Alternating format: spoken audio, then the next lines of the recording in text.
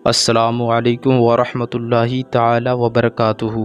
उम्मीद करता हूँ आप तमाम अहबाब खैर व आफ़ियत से होंगे। अल्लाह तबारक व ताला आपको शाद व आबाद रखे।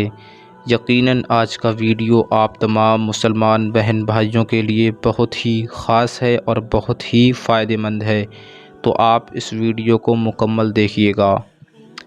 एक भाई ने कमेंट किया और मालूम ये किया कि भाई मुझे आप ये बतलाएं कि मैं काम भी बहुत ज़्यादा करता हूँ, मेहनत भी बहुत करता हूँ, मगर मेरे काम के अंदर तरक्की नहीं हो पा रही है, यानी कि मुझे कामयाबी नहीं मिल पा रही है।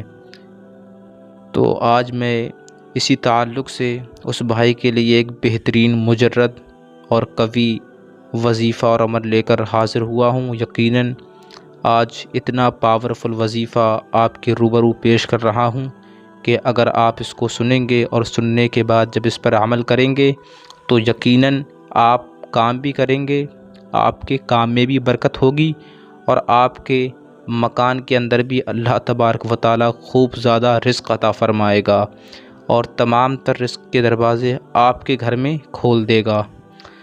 अगर किसी के काम पर बंदिश है या कारोबार पर बंदिश है या उसकी औलाद वग़ैरह नहीं हो रही है, उस पर भी बंदिश है, तो इन तमाम तर चीज़ों की बंदिश को दूर करने के लिए ये अमल जो मैं आज आपको बतला रहा हूँ, ये यकीनन बहुत ही खूबसूरत और बहुत ही पावरफुल बेहतरीन वजीफ़ा है।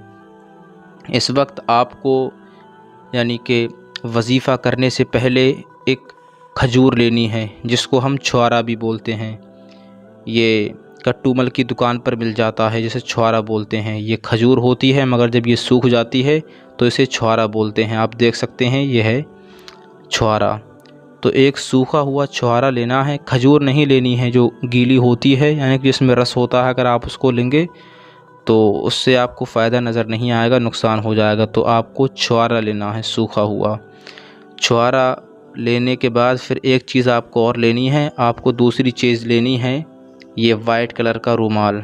आप जो देख रहे हैं वाइट कलर का रुमाल या कपड़ा ले लें और लेने के बाद फिर खजूर को रुमाल के बीच में रख दें। इस तरीके से रखना है। ये वजीफ़ा और अमल करने से पहले पहली चीज़ आपको खजूर लेनी है जो सूखी हुई हो।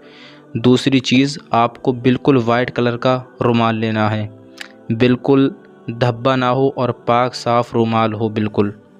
और अमल करने से पहले एक चीज़ का और ख़ास कर ख़्याल रखें कि आप बावज़ू हों, यानी कि वज़ू करने के बाद ही आपको ये अमल ये वजीफ़ा करना है, तभी आपको कामयाबी मिलेगी।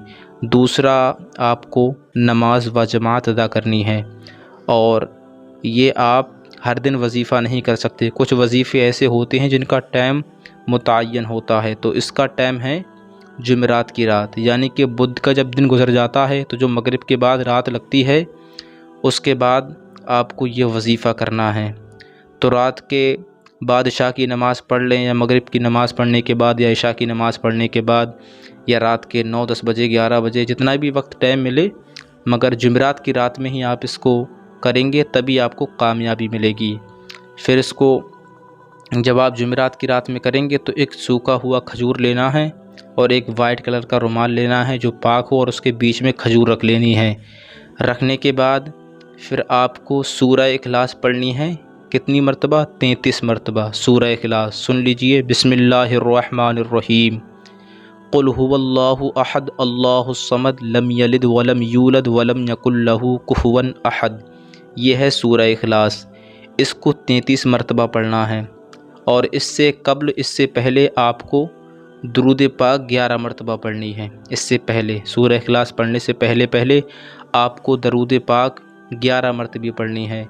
और दुरूद पाक जो है, अगर बड़ी दुरूद पाक याद नहीं तो छोटी पढ़ लें, सल्लल्लाहु अलैहि या रसूलुल्लाह सल्लल्लाहु ताला अलैहि वसल्लम।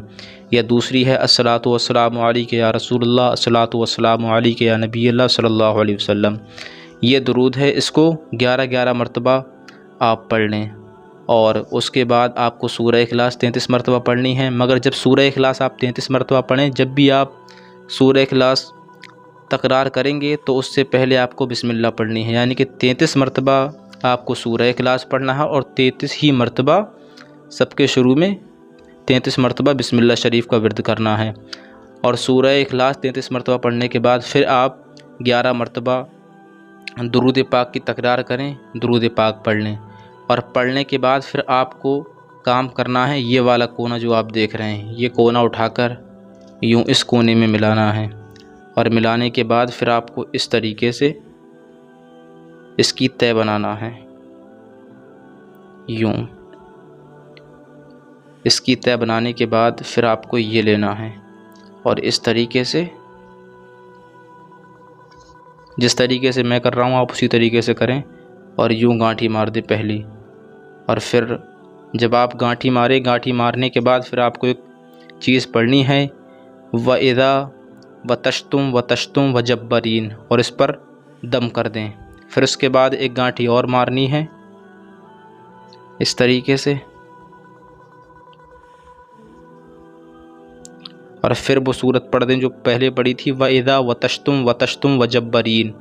और पढ़ने के बाद फिर आप इस पर अच्छी तरीके से 3 मरतबा दम कर लें। और दम करने के बाद जहाँ पर आपने माल रखा है तिजोरी के अंदर या कारोबार के लिए चाहते हैं, तो जहाँ पर आप काम करते हैं तो वहाँ कोई दराज वगैरह या चौखट वगैरह है, वहाँ पर अच्छी तरीके से किसी को मालूम न चले और कपड़े में रख कर बांध दें। या पैसा चाहते हैं तो तिजोरी के अंदर रख दें जहाँ पर आपके कुछ पैसे रखे हुए हैं। और रखने के बाद आप अपनी जेब में भी रख सकते हैं। रखने के बाद रब की बारगाह में दुआ करें खैर व बरकत के लिए, तो यकीनन इस वजीफ़े और इस अमल के करने की बरकत से अल्लाह तबारक व तआला आपकी कमाई में भी खूब बरकत देगा।